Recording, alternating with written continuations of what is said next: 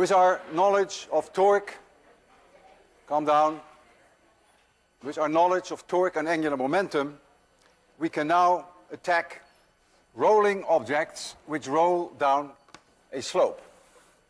For instance, the following. I have here a cylinder, or it could be a sphere for that matter, and this angle is beta. I prefer not to use alpha because that's angular acceleration. And there is a friction coefficient with the surface mu. And this object is going to roll down and is going to get an acceleration in this direction, A. And I will evaluate the situation when we have pure roll. That means the object is not skidding and is not slipping. What is pure roll? If here is an object, cylinder or sphere, with radius r, and I'm going to rotate it like this, and roll it in this direction. The center is called point Q. Once it has made a complete rotation, if then the point Q has moved over a distance 2 pi r, then we call that pure roll. When we have pure roll, the velocity of this point Q and the velocity of the circumference, if you can read that, I'll just put a C there, are the same. In other words, VQ is then exactly the same as V circumference, and V circumference is always omega r. This part always holds, but for pure roll, this holds. You can easily imagine that if there is no friction here, that the object could be standing still, rotating like crazy, but Q would not go anywhere. So then we have skidding and we have slipping, and then we don't have the pure roll situation. If the object is skidding or slipping, then the friction must always be a maximum here. If the object is in pure roll, the friction could be substantially less than the maximum friction possible. Now I would like to calculate with you the acceleration that a cylinder would obtain when it pure rolls down that slope. It has mass m, it has length L, and it has radius r. And I would like you to use your intuition, and don't be afraid if it's wrong. I'm going to roll down this incline 2 cylinders. They're both solid, they have the same mass, they have the same length, but they're very different in radii. And I'm going to have a race between these two. Which one will reach the bottom first? So I repeat the problem. 2 cylinders, both solid, same length, same mass, but one has a larger radius than the other. There's going to be a race. We're going to roll them down, pure roll. Which one will win? Will win. Who thinks that the one with the largest radius will win? Who thinks the large with the smallest radius will win? Who thinks there will be no winner, no loser? Wow, your intuition is better than mine was. We'll see how it goes. Keep in mind what your vote was, and you will see it come out very shortly. Okay, let's put all the forces on this object that we know. This one is mg. And we're going to decompose that into one along the slope, which is mg sine beta, and one perpendicular to the slope. We have done that a zillion times now. And this one equals mg cosine beta. Then there is right here a normal force, and the magnitude of that normal force is mg cosine beta. So there is no acceleration in this direction. And then we have a frictional force here, for which I will write F of F. There is an angular velocity at any moment in time, omega, which will change with time, no doubt. And then this center point Q, which is the center of mass, is going to get a velocity v, and that v will also change with time. And the v of the point Q, which changes with time, is v of the circumference, because that is the condition of pure roll. That equals omega r. This is always true, but this is only true when it is pure roll. I take the time derivative. The derivative of the velocity of that point q is per definition its acceleration. So I get a equals omega dot times r, and that equals alpha r, alpha being the angular acceleration. So this is the condition for pure roll. Now I'm going to take the torque about point Q. When I take the torque about point Q, N has no effect because it goes through Q, mg has no effect because it goes through Q, so there's only one force that adds to the torque. If this radius is r, the magnitude is rf, and the direction is in the blackboard. But I'm only interested in the magnitude for now, so I get r times the frictional force. This must be I alpha, I being the moment of inertia for rotation about this axis through point Q, times alpha. But I can replace alpha by A divided by R. So I get the moment of inertia about Q times A divided by R. And this is my first equation. And I have as an unknown the frictional force, and I have as an unknown A, and so I cannot solve for both. I need another equation. The next equation that I have is an obvious one, that is Newton's second law, F equals ma. For the center of mass, I can consider all the mass right here at Q. We must have F equals ma. And so m times the acceleration of that point Q, which is our goal, by the way, equals this component equals mg sine beta. That is the component downhill, and minus ff, the frictional force, which is the component uphill. And this is my equation number 2. Now I have two equations with two unknowns. So I can solve now. I can eliminate ff, and I will substitute for ff in here this quantity divided by r. And so I get ma equals mg sine beta minus moment of inertia about point Q times A divided by r squared. And now notice that I've eliminated f of f, and so now I can solve for A. So I'm going to get, I bring the a's to one side, so I get A times m plus moment of inertia divided by r squared equals mg sine beta. And A now we have, I'll multiply both sides with r squared. I get m r squared g sine beta upstairs, and downstairs I get mr squared plus the moment of inertia about that point Q. And this is my result, and all I have to put in now is the moment of inertia of rotation about that axis. I want to remind you, though, that it is only true if we have a situation of pure roll. So we can now substitute in there the values that we have for a solid cylinder. If we have a solid cylinder, then the moment of inertia about this axis to the center of mass, which I've called Q, equals 1/2 mr squared. And if I substitute that in here, notice that all my mr squares go away.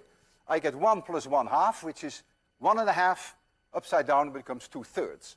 So A equals 2/3 times G times the sine of beta. There is no N, there is no L, and there is no R. So if I have two cylinders, solid cylinders, with totally different mass, totally different radii, totally different length, and they have a race, neither one wins. It's very non-intuitive. Every time that I see it, I find it kind of amazing. Notice that everything disappears. M, R, and L disappear. So those of you who said that if I take two cylinders with the same mass, different radii, those of you who said that there is no winner, there is no loser, they were correct. But even more amazing is that even the mass you can change. You can change anything as long as the two cylinders are solid. That's what matters. So if we take a hollow cylinder, then the moment of inertia about this axis through the center of mass, through Q, if really most of the mass is really at the surface, then it's very close to mr squared.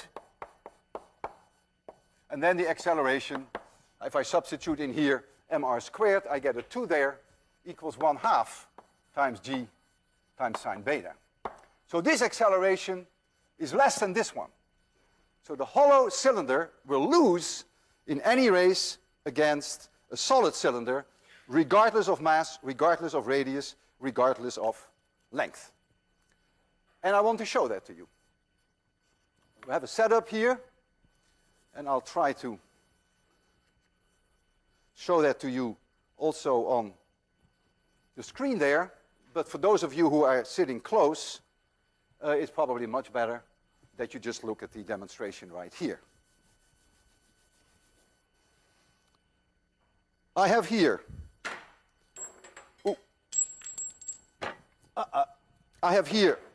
to start with, a very heavy cylinder made of brass, and this one is made of aluminum. They have very different masses, same radii, same length. Should make no difference. There should be no winner. There should be no loser. I'm going to start them off at the same time. I hope you can see that there. This is the starting point. You can lower it a little. I will count down 3 to 0, and then you can see that they reach the bottom almost at the same time. So very different in mass. The mass difference is at least a factor of 3. All other dimensions are the same. 3, 2, 1, 0. Completely in unison. Not intuitive for me. Now I have one that has a very small radius compared to this one. This is a small aluminum rod. Maybe you can see it here. Television. This is way more heavy, almost 30 times heavier. Should make no difference. As long as it's solid, should make no difference. No winner, no loser. Radii are different, masses are different. Should make no difference. Okay? There we start the race. 3, 2, 1, 0. And they hit the bottom at the same time. But now, here I have a hollow one. You better believe it, that it's hollow. So now all the mass is at the circumference.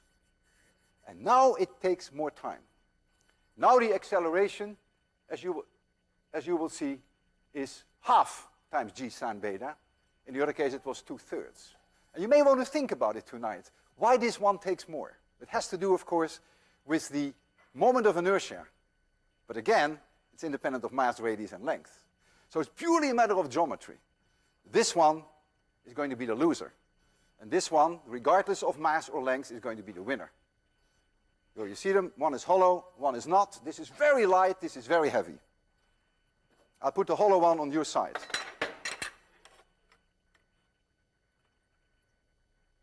Three, 2, 1, 0. The hollow one lost and even fell on the floor. Yeah, I find these things always quite amazing that nature works this way, and I'm impressed that most of you, or many of you, had the right intuition when they said it would make no difference for the two solid cylinders. We now come to the most non-intuitive part of all of 801, and arguably perhaps the most difficult part in all of physics. And that has to do with gyroscopes. And I really urge you to pay a lot of attention and not even to miss 10 seconds. Because you're going to see some mind-boggling demonstrations which are so incredibly non-intuitive that unless you have followed the steps that lead up to it, you won't have any idea what you're looking at. It will be fun, it will be cute, but it won't do anything for you. Imagine that you and I go in outer space. No gravity, we're somewhere in outer space. And we have this bicycle wheel there. And I'm going to put a torque on this bicycle wheel in this direction. So I'm going to put my right hand towards you and my left hand away from you. and I do that for a short amount of time, and I let it go. It's obvious what's going to happen. This wheel is going to spin like this forever and ever and ever. I've given it a little torque. That means if there's torque, there's a change of angular momentum. The angular momentum change must be torque times delta t. And so I do this and let it go, and it will rotate about this axis forever and ever and ever. Simple, right? Okay. Now, I'm going to torque it in this direction. So we're in outer space, wheel is standing still, and all I do is do this, and I let it go. Then it will rotate forever and ever and ever and ever in this direction. That's clear. Now comes the very non-intuitive part. Now I'm going to give it a spin in your direction. And now again, I'm going to torque like this. What will now happen? You will say, or you might say, I'm not accusing you for anything, you might say, well, you give the wheel a spin, so the wheel will probably continue to spin, and you do this, so maybe what you're going to see is that it will rotate like this, as it did before, and in the same time, the wheel would be spinning. But that cannot be. Because if the wheel would be spinning like this, then the angular momentum of the spinning wheel is in this direction. And if I would give it a twist, and if it would continue to spin and it would rotate like this, then this spin angular momentum would go around like this. And that cannot be because there's no torque on the system. Because once I let go, there is no longer any torque. So it is not possible for the wheel to keep rotating, and as a result of this torque that I give it, that it simply goes around. That is not possible. How is nature going to deal with that? I'll show you that on a view graph. It's very non-intuitive what will happen. And we will then also, I will also demonstrate it to you. So here is the situation precisely as I described it to you. You are, as an observer, in this direction. This is the direction of 26,100. So you are viewing the wheels like this. They're spinning towards you. That's what I will do shortly, and that's what I implied now. This is my right hand, and this is my left hand. The separation between my right and left hand is little b. So the torque that I apply is Bf. It's this arm, so to speak, times this force. And the force is perpendicular to the arm. I apply a torque for a certain amount of time, delta t. When I do that, I add angular momentum in this direction. But the wheel was spinning in this direction, you see it. And so the angular momentum of spin of the wheel is in this direction. I add angular momentum in this direction. And you see that here. So this was originally the spin angular momentum of the wheel. I torque for a time delta t, and so I add angular momentum like this. And then I stop. So I only torque for a short amount of time and I stop. That means after I have stopped, the angular momentum of the system as a whole can no longer change because there's no torque on the system. And the only way that nature now can solve that problem is to tilt this wheel in the way I've indicated here and to make it spin in this direction, and it will stand still. In other words, I hold it in my hand, the wheel. I will get it. I give it a spin. I hold it in my hand. I spin it towards you. And I'm going to put my right hand towards you and my left hand away from you. The spin angular momentum is now in this direction. So I'm going to give it a torque like so, that means up. And what will the wheel do? The wheel will do this. It's very non-intuitive. Watch it. Isn't that strange? You wouldn't expect that. I will do it again. So I'm going to torque by pushing my hand towards you. And the wheel does something completely unexpected. It simply tilts. If I torque the other way around, then the torque, of course, will make it flip like this. I'll give it a little bit more spin angular momentum. So now I move my left hand towards me and towards you, and my right hand towards me, and then I expect that the wheel will do this. And that's what it does. Extremely non-intuitive. These torques applied to a spinning wheel always do something that you don't expect. However, there is one thing that always helps me in terms of guiding me, and that is you can always predict that the spin angular momentum will always move in the direction of the torque, which is this external torque that I applied. Let's go over that again. We have here the spin angular momentum that you saw was pointing in this direction, and I applied a torque in this direction. It's a vector. And what does the spin angular momentum do? It goes in the direction of the torque. And then when I stop with my torque, then of course nothing changes anymore. And so what happens is this wheel tilts. But notice that L, the spin angular momentum, has moved from here to here. And I was torquing in this direction, so it moves towards the torque. If you have digested this, then you can test yourself now. Now we have the same wheel. I'm going to rotate it in exactly the same direction. But now I'm not going to torque like this in the z direction, or like this in the minus z direction. Now I'm going to do this, or I'm going to do this. Try now to really concentrate on what I just taught you.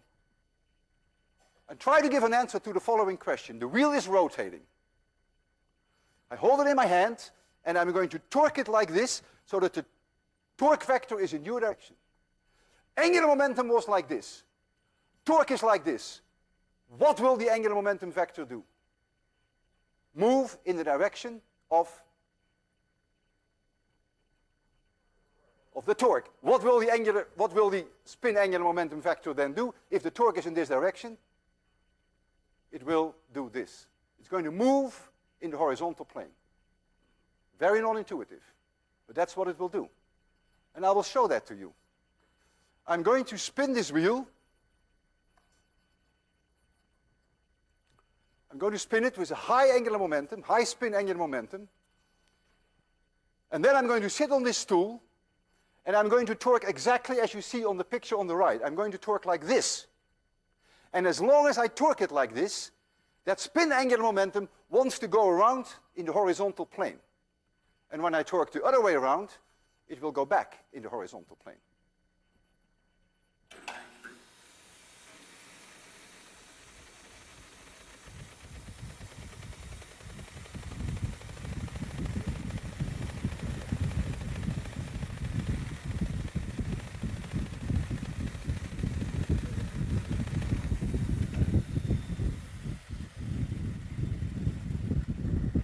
I'm going to torque exactly as you see on the picture there. You ready? I stop the torque, nothing happens. I torque backwards, I keep torquing. I keep torquing, I feel it in my hand, I really have to push. I keep torquing, and I stop torquing, and it stops. So the angular momentum vector is chasing, so to speak, the torque. Is that non-intuitive? Very non-intuitive? It's also dangerous sometimes.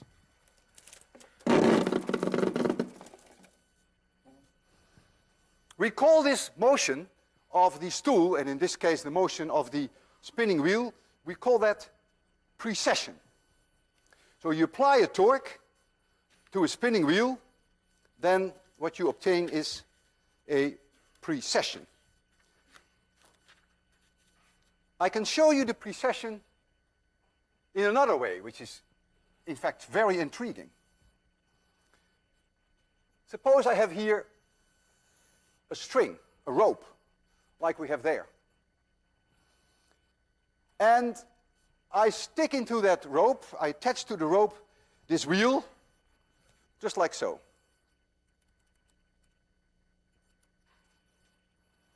And I let it go. Well, we all know it will happen. Clunk. It's clear. All right. But now I'm going to spin it before I let it go. So here at the bottom, at this point P, there's a loop, and here is the axis of rotation of the bicycle wheel, which is solid brass, it's a solid piece, and I give that a length a little r, not to be confused with capital R, which is the radius of the bicycle wheel. So this is capital R. And it can rotate about this here reasonably freely. I call that center point Q. And let this be the part of the wheel that is on your side. I try to make you see it a little bit three-dimensionally. Suppose now I give it a spin in this direction, omega s. S stands for spin. In what direction is now the spin angular momentum? Use your hands, your thumbs. Spinning in this direction, yeah. Spinning in this direction, angular momentum is in this direction. That's a spin angular momentum. L spin. Well, there is a force on this system, mg, and that force is in this direction. It has a mass m, the bicycle wheel, and it has a radius capital R, and this part is little r. So relative to point P, there is a torque. And the torque is R times mg. This is 90 degrees. So the cross product is nice. The sine of that angle is 1. So the torque relative to point P is R times m times g. In what direction is that torque? R cross F. In what direction is that torque? Use your hands, thumbs, whatever you want. You think in this direction? I disagree. I disagree. R cross F is, you must be kidding, in the blackboard. It's not out of the blackboard, it's in the blackboard. R cross F is in the blackboard. There is a torque in this direction. Nature, gravity, provides that torque. What will the spin angular momentum do? It's going to move in the direction of the torque. It's going to chase the torque. So what will it do if the angular momentum is here? What will it do? It will do this. And as it moves, the torque will always be perpendicular to the plane, to the string, and R. You can just see that for yourself, why that is. At this very moment, when the angular momentum is like this, the torque is in the blackboard, because it's R cross F. But when I'm here, this R has changed position and always remains perpendicular to the wheel. So the torque will also change direction. And so this angular momentum, spin angular momentum, will keep chasing the torque and starts to rotate freely. That is exactly what I was doing when I was sitting on the stool, except that I had to apply that torque in my hands like this. It's exactly the same direction. I had to apply it all the time, and when I stopped, the precession stopped. Here, however, the torque will never stop, because this mg will always be there. And I will show that to you shortly. You may say, you must be crazy, because you're violating Newton's second law, F equals ma. This object got to fall. There's only one force on that object. F equals ma. How can it not? The center of mass must fall with acceleration g. Aha. There is not just one force on that object. What do you think is here? The tension in this cable, T, will be exactly mg. And so the net, the sum of all forces on that object is 0. There is no net force on that wheel, but there is a net torque. And that's why it's going to precess.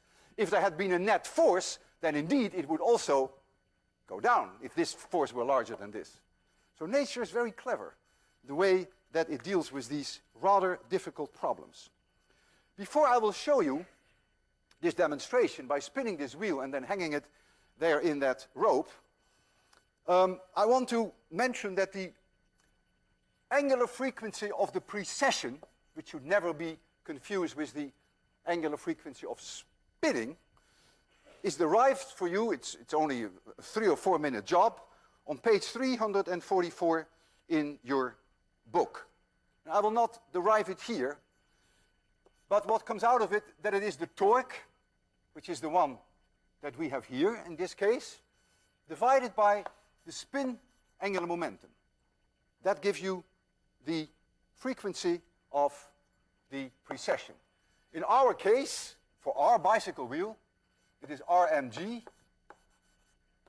and the spin angular momentum of this wheel, if it is rotating with angular velocity omega of s, would be I times omega. Remember, L is I times omega of a spinning wheel. So I have here I rotating about point Q, this is the axis of rotation, times omega of the spin. This is the spin, and this is the precession. And then the period of precession would be 2 pi divided by omega precession. Let's take a look at that equation and see whether that sort of intuitively makes sense. First of all, if you increase the torque, the upstairs, then it says that the precession frequency will increase. That makes sense to me, because the torque is persuading the angular momentum to follow it. So the torque is persuading the spin angular momentum to change. Well, if the torque is stronger, then it is more powerful, so you expect that the precession frequency will be higher. However, if the spin angular momentum is very powerful, then the spin angular momentum says, sorry, torque, I'm not going to go as fast as you want me to go. So when you increase that spin angular momentum in the wheel, it is also intuitive that the precession frequency will go down. As the wheel spins, it has spin angular momentum, but as it precesses around like this, there will also be angular momentum in this direction, because it's rotating like this. Therefore, there is a total angular momentum, which is the vectorial sum of the two. This equation will only hold as long as the spin angular momentum is really dominating the total angular momentum. And you can see that immediately, because suppose you made the spin angular momentum 0, that it is not spinning at all. Do you really think that the precession frequency will be infinitely high? Of course not. So this only holds in situations where the spin angular momentum is way, way larger than the angular momentum that you get due to the precession. So there are restrictions. When the wheel comes to a halt, when it's no longer rotating, you better believe it, then the thing will go clunk. There's no longer the precession mode.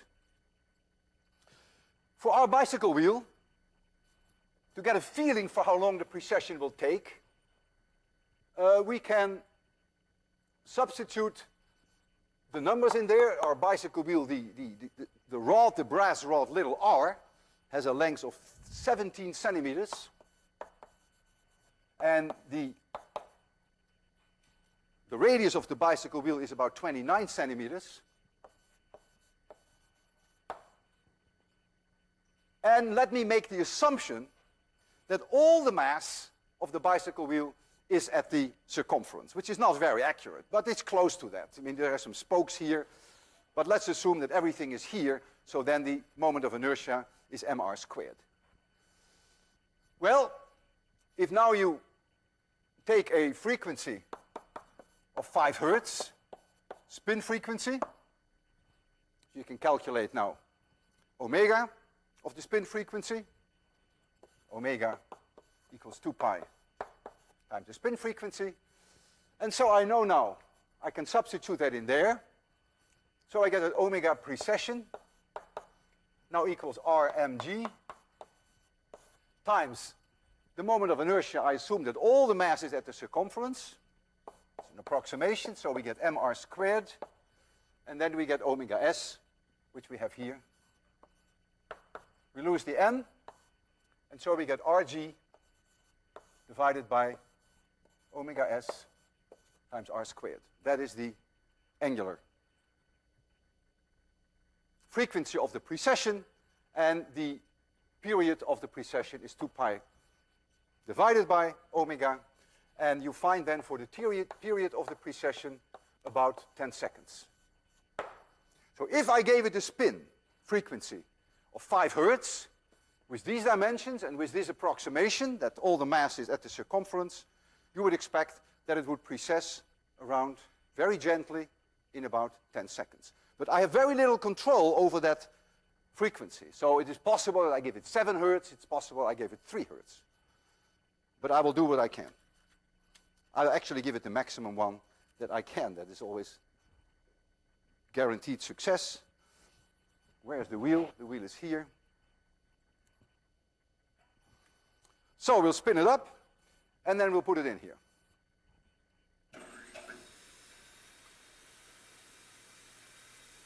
Notice the way I'm spinning it. I'm holding it away from you now. I'm going to change it and do it differently next.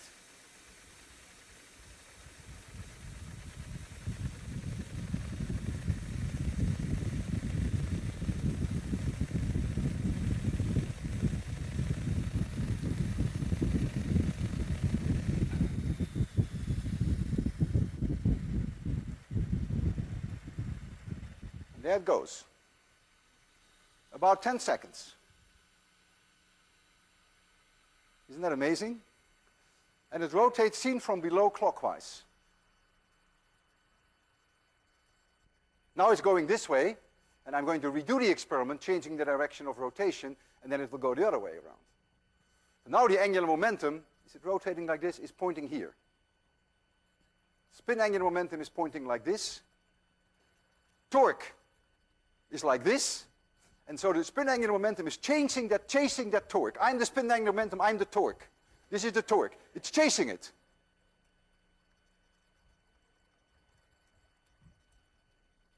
All right, so I had this in my right hand. That's all right. And now I will, so when I spin it up, that's right. So let me now change the direction. I'm turning it over. And now I'm going to spin it up again.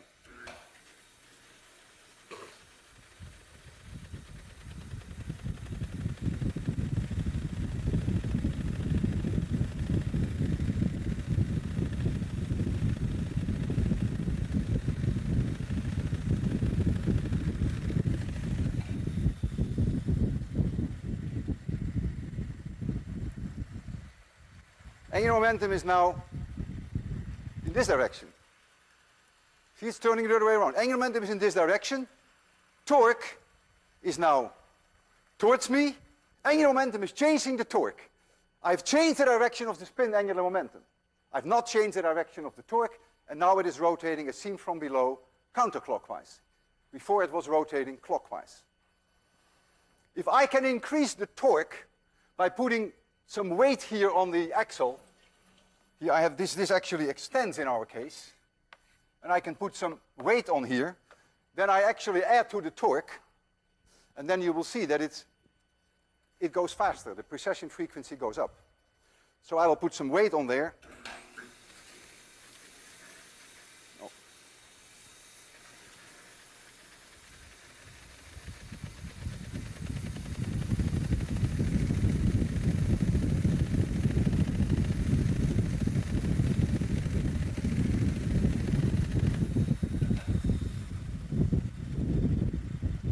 So let it first go around, which was roughly 10 seconds, what we calculated. And now I'm going to put 2 kilograms here at the end. And then you will see an instantaneous increase in the precession frequency. You see, it goes much faster now. I take it off, and then it goes back to its roughly 10 seconds. So what I have done is, I have increased this torque, but not at the expense of m. Because the reason why the m cancels is because the moment of inertia has an m in it. But if I just hang this object on it, that doesn't change the moment of inertia of the spinning wheel. None of this is intuitive. None of this is intuitive. You can do all of this with a $5 toy gyro. And I want to show this to you. This is my toy gyro. I have it in my office. It's great fun. And this toy gyro is doing exactly the same thing that this is doing. Let me show you the toy gyro first. Toy gyro. Oh yeah. Here's a toy gyro. Can you see it? Maybe I should make it a little darker here.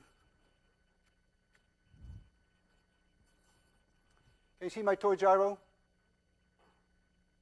Yeah? I'm going to spin it, and then I'm going to hang it exactly the same way that that was hanging. I'm going to spin it for those who are sitting close, and then putting it horizontally and hanging it in a string. And you see exactly the same thing is happening.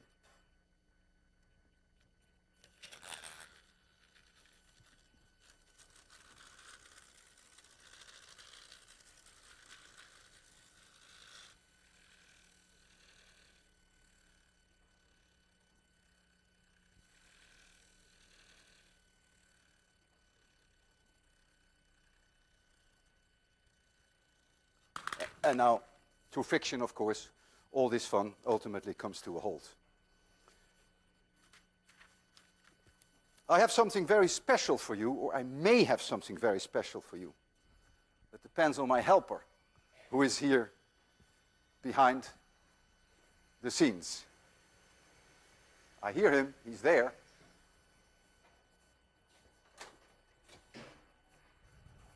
Great. Did you get full speed?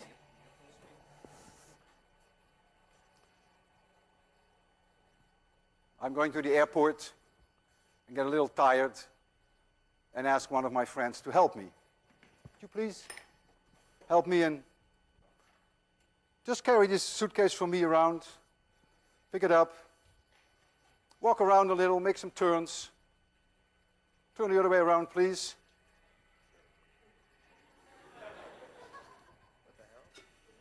What the hell, eh? Yeah. Exactly. What are you doing, man? You're behaving so strangely. Make some more turns, man. We got to catch the plane.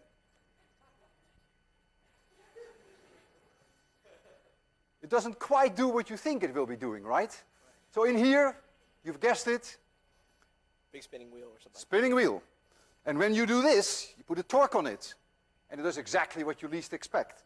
It flips up. Isn't that fun? Yeah, you may get arrested when you go to Logan Airport with this suitcase. Thank you very much. It's great.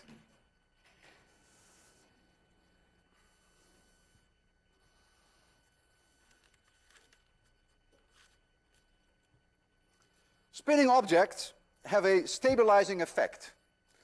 If you take a bicycle wheel, and we have one, and I put it here, and I do nothing, it will fall. No one is surprised. However, if I give it a little spin, then it doesn't fall. Why? Because it has angular momentum. It has spin angular momentum. And so it doesn't fall. And it's not only a bicycle wheel, look, nicely stable. Not only with a bicycle wheel, you take a quarter, and you put a quarter like this on your desk. You bet your life it will fall. Roll it, becomes stable. You give it spin angular momentum, it becomes stable. Take a top. You put a top on the table, falls over. You twist it, you give it spin, and the top is stable. So spin angular momentum has the property of stabilizing things. And you will see that addressed in one of your assignments when I want you to address that quantitatively. This is the basic idea behind inertial guidance systems. In inertial guidance systems, you have a spinning wheel. At least in the days that the guidance systems had mechanical wheels. You have a spinning wheel, but that spinning wheel is mounted in such a way that you cannot put a torque on the axis of rotation of the spinning wheel. That's the way it's mounted. We call it three-axle gimbaled gyros. So the moment that you put a torque on it, the housings, in this case the yellow and the black housing, will start to rotate. And you never manage to get that torque on the spinning wheel. You never get it on this axis. And therefore, if now you put it on your boat or you put it in a plane, a missile for that matter, if you can never put a torque on the spinning wheel, and if the angular momentum for spin is in this direction, it will stay there forever and ever, assuming that We have no frictional losses. And if then the plane turns, the direction of the spin angular momentum will not change. But what will happen, of course, is that this yellow frame will rotate, or this black frame will rotate. And in these bearings here are shaft encoders. And they sense the rotation that the outer housing makes in order to keep this thing pointing at the same direction. And that signal is being fed back to the automatic pilot, and that keeps the plane flying in the direction that you want to. So you use as a reference all the time the spin angular momentum of your gyro, which is now mounted in such a way that you cannot put a torque on it even when the plane changes direction. And I want to show that to you.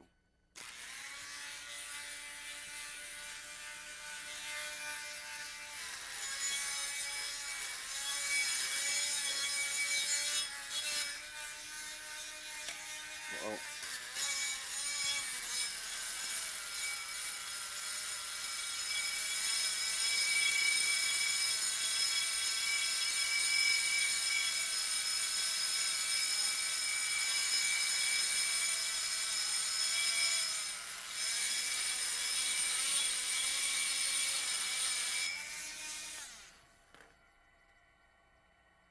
Okay, this is the direction of my spin angular momentum. And I'm the airplane. And I'm going to fly. Look at that spin angular momentum. It has no respect for me. It stays in the same direction no matter how I fly.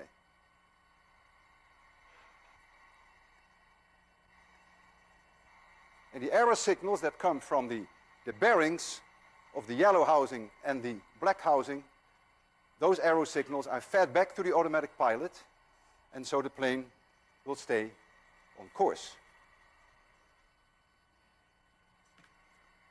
Now what I can do for you to come to a final test on your thinking, this wheel is suspended in such a way that there is no gravitational torque on it, like there was here. But I can put a torque on it by simply putting some weights on the axis. And what do you think will happen now if I put some weight here on the axis? So the wheel is spinning, but now I'm going to put a torque on it here. It is spinning in this direction. Angular momentum is pointing straight at me, away from you. I'm going to put a torque on like this, putting a weight there. Torque will be in this direction. What will the spin angular momentum do? Torque is in this direction, spin angular momentum is in this direction. Spin angular momentum will start to chase the torque. Watch it. There it goes. The spin angular momentum is chasing the torque. You see exactly the same thing that I've shown you before. And if I make the torque higher, then the precession frequency will go up. See, it stops now immediately when I take it off. Put it back on again. Continues. Put more on it. Goes way faster. What happens now if I put the weight on this side? So I change the direction of the torque. If I put it on this side, torque is now in this direction. Spin angular momentum is in this direction. It's going to reverse direction. There we go. And you see it does. Amazingly non-intuitive. If you have problems with this, you're not alone. See you Wednesday.